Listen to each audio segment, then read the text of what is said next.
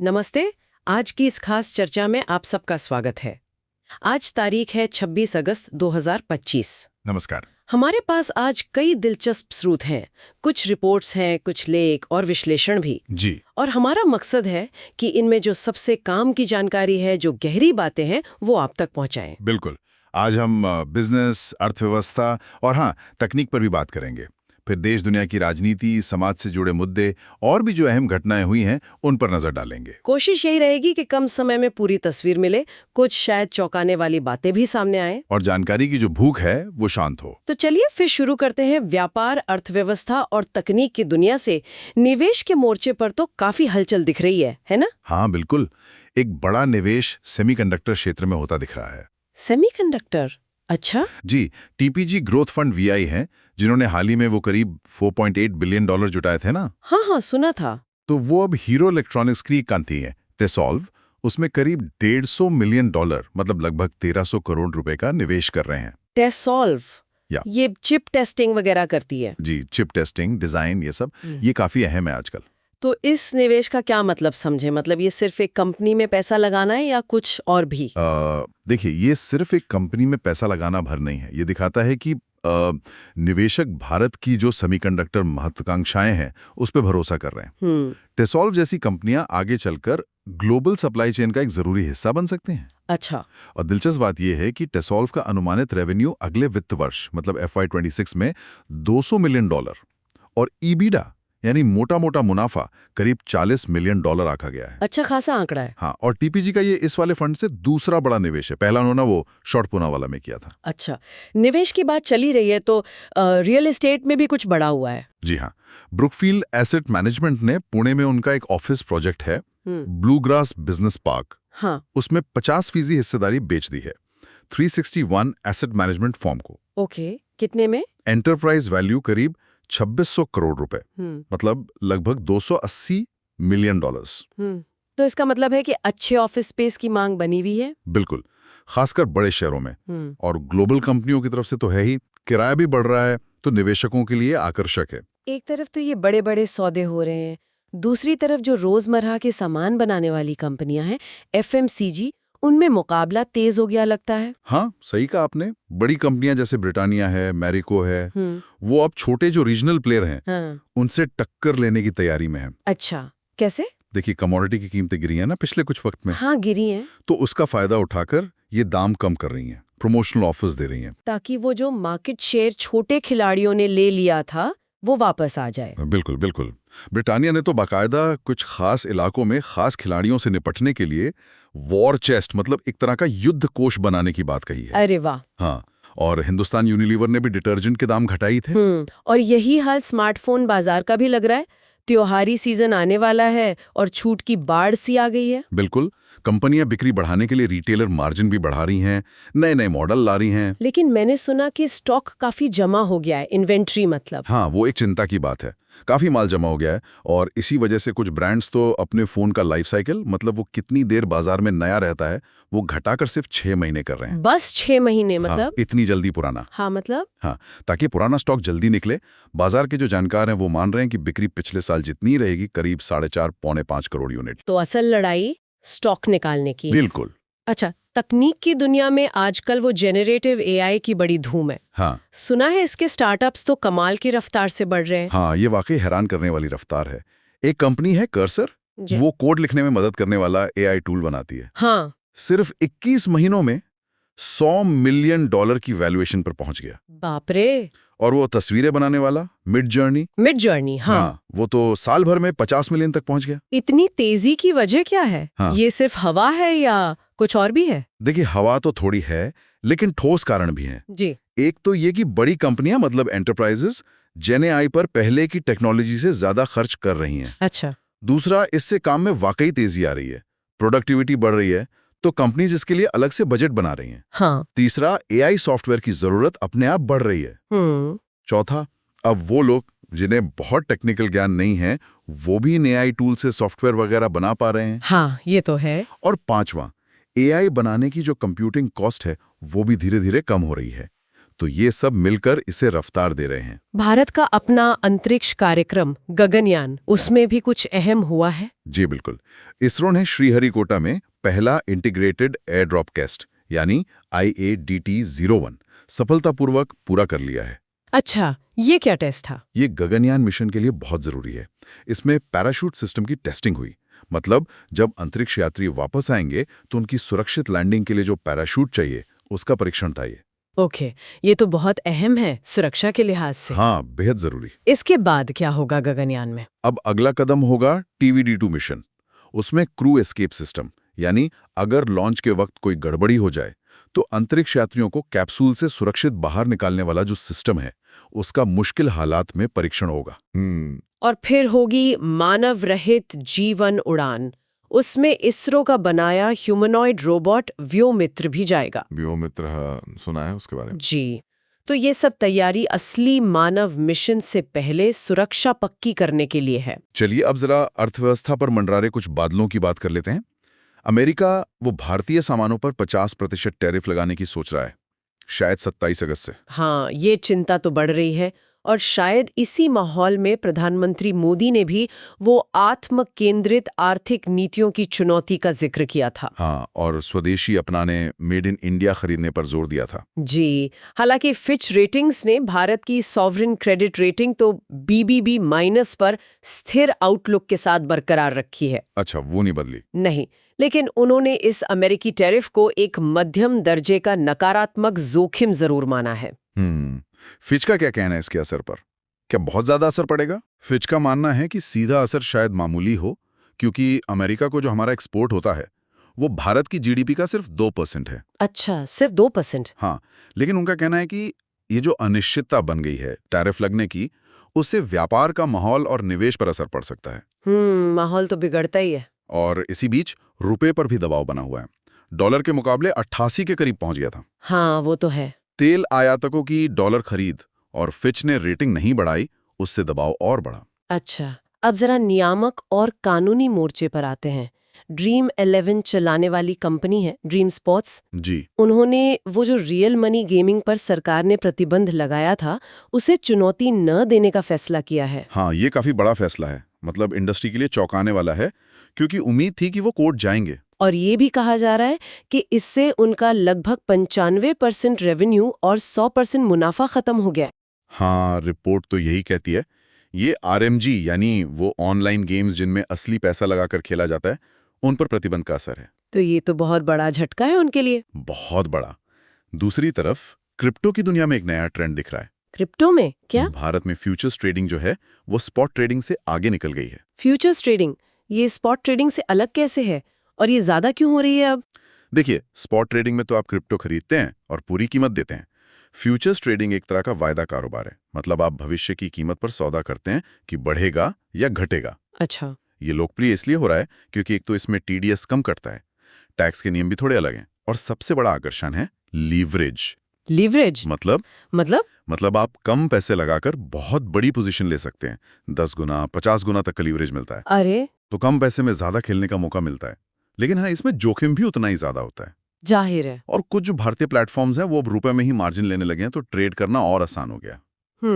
Tax की बात चल रही थी तो इनकम टैक्स रिटर्न भरने वालों के लिए भी कुछ खबर है? जी, CBDT यानी central board of direct taxes वो ITR फॉर्म्स को आसान बनाने पर काम कर रहा है। अच्छा, ये कब से लागू होगा? ये नए आयकर कानून के हिसाब से होगा जो 1 अप्रैल 2026 से लागू होना है।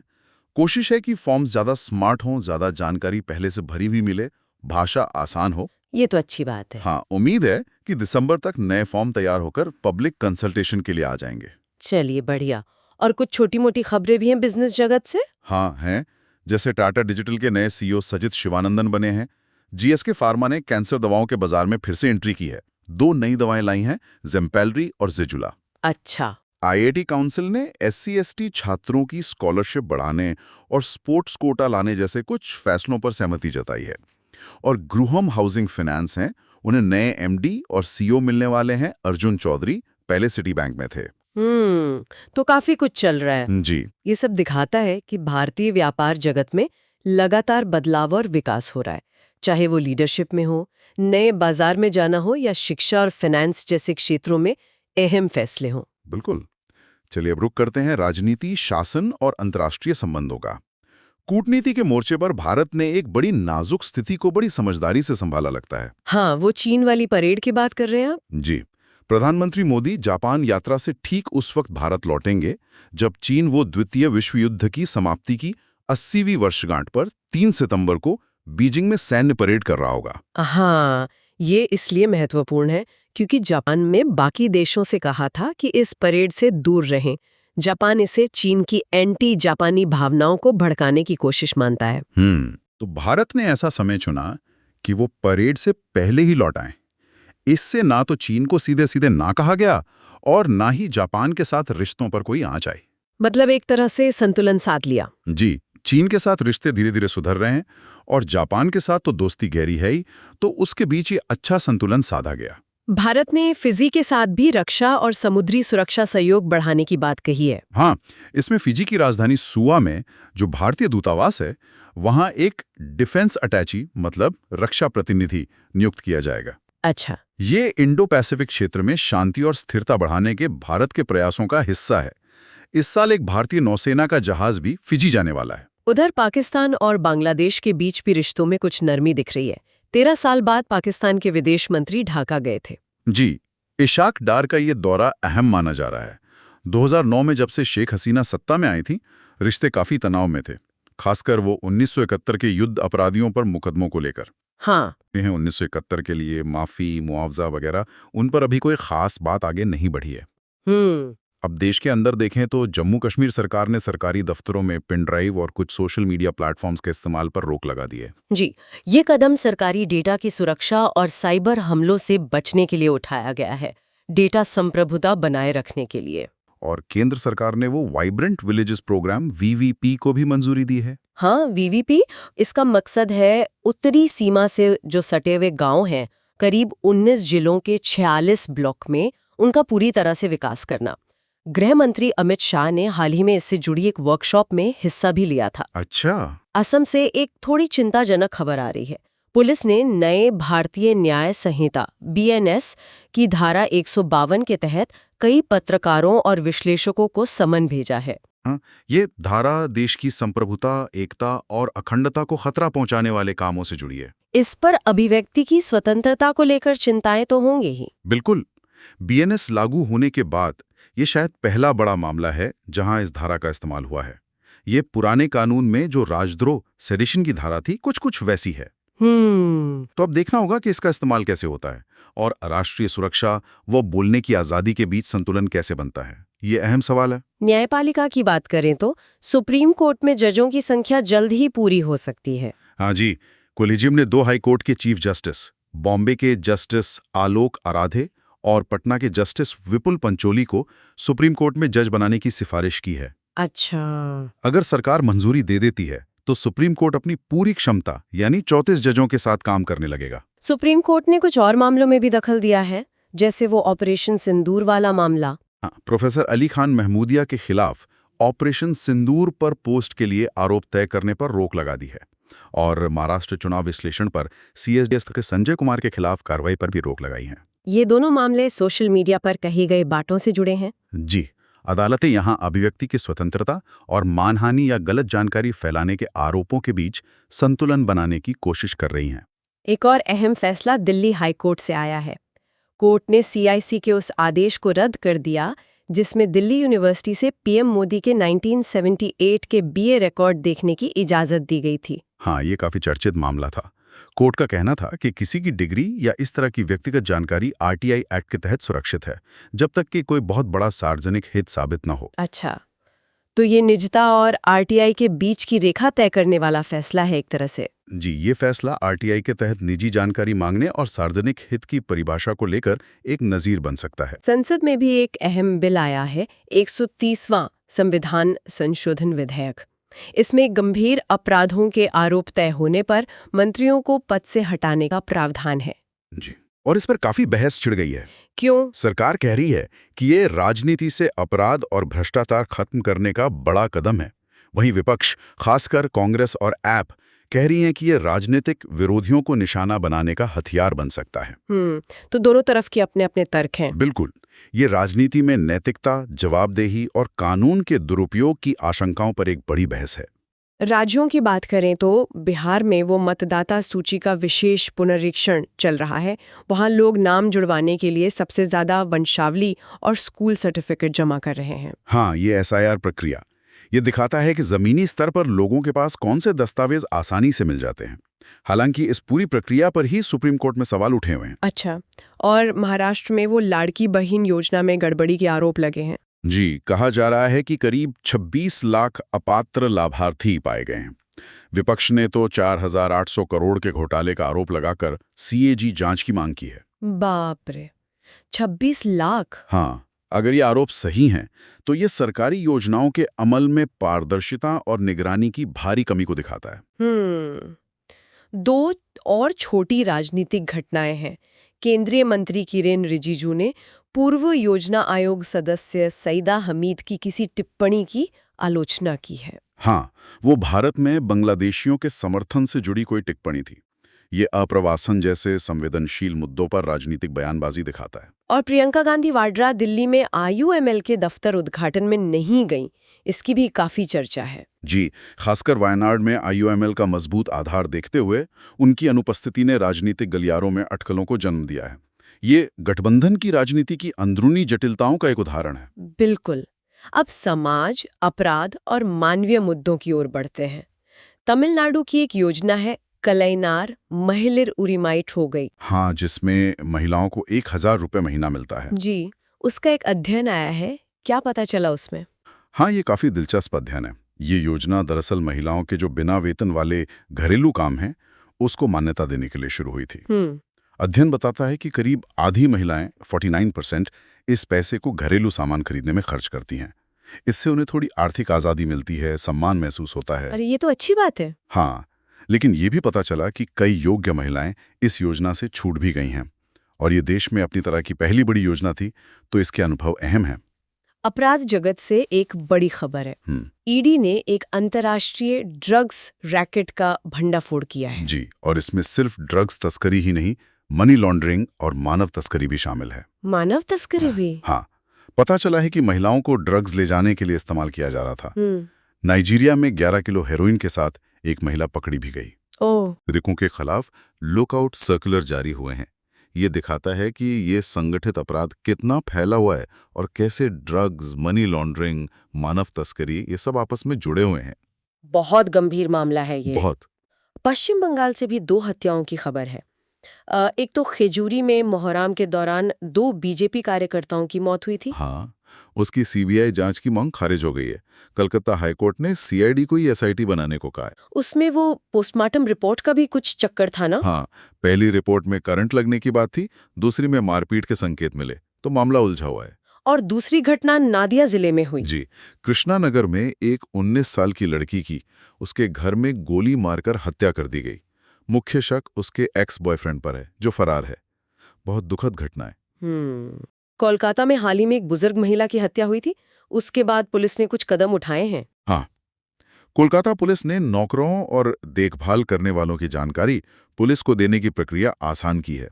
ईमेल और बंधु ऐप के जरिए भी रिपोर्टिंग हो सकती है। चलिए, ये अच्छा कदम है। जी। अंतर्राष्ट्रीय स्तर पर गाजा से बहुत ही दुखद खबर है। नासिर अस्पताल पर इजरायली हमले में कम से कम 20 लोगों के मारे जाने की खबर है। हाँ, और उनमें 5 पत्रकार भी शामिल हैं, रॉयटर्स, AP, अल जजीरा से जुड़े हुए। ये बहुत ही भयावह है। बिल्कुल। युद्ध क्षेत्रों में नागरिकों की, अस्पतालों की और पत्रकारों की सुरक्षा एक बहुत बड़ा मानवीय सवाल है। और विश्व खाद्य कार्यक्रम WFP ने भी गाजा में खाने की स्थिति को निराशाजनक बताया है। जम्मू कश्मीर में PDP प्रमुख महबूबा मुफ्ती ने राज्य के बाहर की जेलों में बंद कश्मीरी कैदियों की वापसी की मांग की है। जी, और उनकी हालत जानने के लिए एक सर्वदलीय समिति बनाने की भी मांग की है। ये कैदियों के मानवाधिकारों और उनके परिवारों की चिंताओं से जुड़ा एक संवेदनशील मुद्दा है। एक और बहुत परेशान करने वाली खबर पश्चिम बंगाल से ही है। बीरभूम की एक महिला है सुनली खातून और 5 अन्य भारतीय वो बांग्लादेश की जेल में बंद है। क्या हुआ था? आरोप है कि उन्हें दिल्ली से पकड़ा गया, बांग्लादेशी बताकर और बॉर्डर पार धकेल दिया गया। अरे, ये कैसे हो सकता है? यही सवाल है। परिवार उनकी वापसी के लिए कोशिश कर रहा है। अगर भारतीय नागरिकों को गलत तरीके से दूसरे देश भेज दिया गया है तो ये बहुत ही गंभीर मामला है। पहचान की जो प्रक्रिया है उन पर भी सवाल खड़े करता है। बिल्कुल। दिल्ली में एक 5 साल के बच्चे पर आवारा कुत्ते के हमले की भी खबर है। बच्चा गंभीर रूप से घायल है। हाँ, ये आवारा कुत्तों की समस्या कई शहरों में वाकई गंभीर है। दुखद घटना है ये। और सुप्रीम कोर्ट ने सोशल मीडिया इन्फ्लुएंसर्स द्वारा जो अभद्र भाषा इस्तेमाल की जाती है उस पर चिंता जताई है। जी, और सरकार से गाइडलाइंस बनाने को कहा है।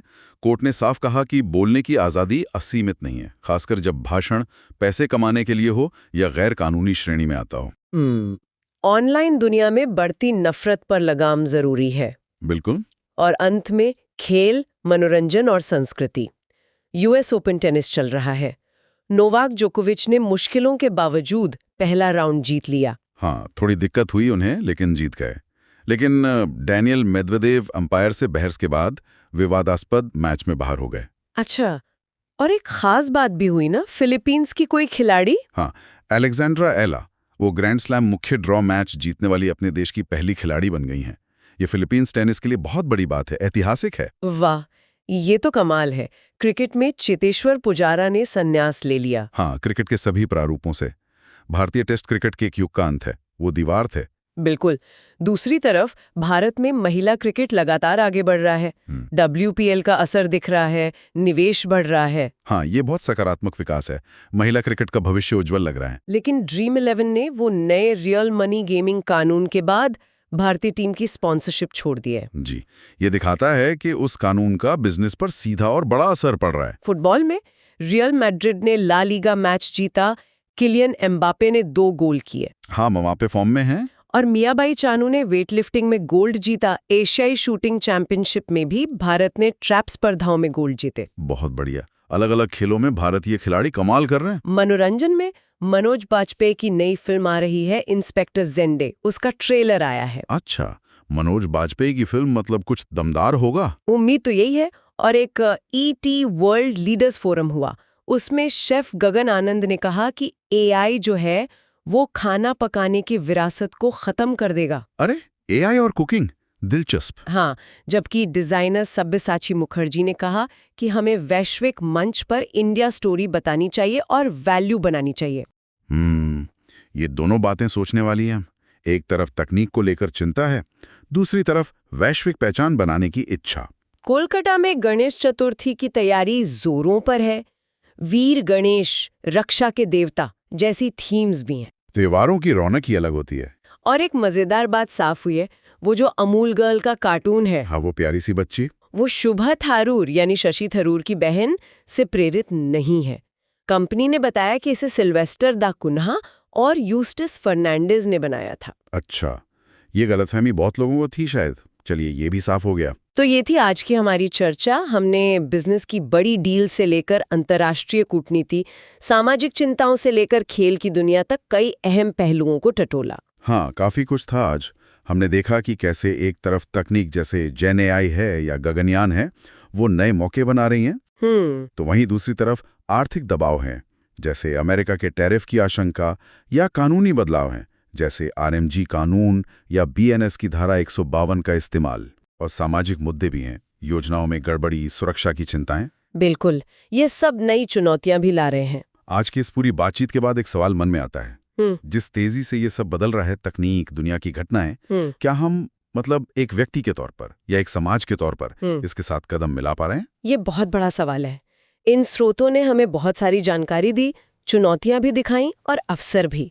शायद आज के दौर में सबसे बड़ी जरूरत यही है कि सूचनाओं के इस अंबार में आर्थिक दबावों और कई बार भ्रामक बातों के बीच सही जानकारी रखना, जागरूक रहना और एक तरह का संतुलन बनाना, ये कैसे किया जाए? हाँ, इस पर सोचना जरूरी हो सकता है। बिल्कुल। इसी विचार के साथ आज की चर्चा यहीं समाप्त करते हैं। अगली बार फिर मिलेंगे कुछ नई जानकारियों और विश्लेषण के साथ। जरूर। नमस्कार। नमस्कार।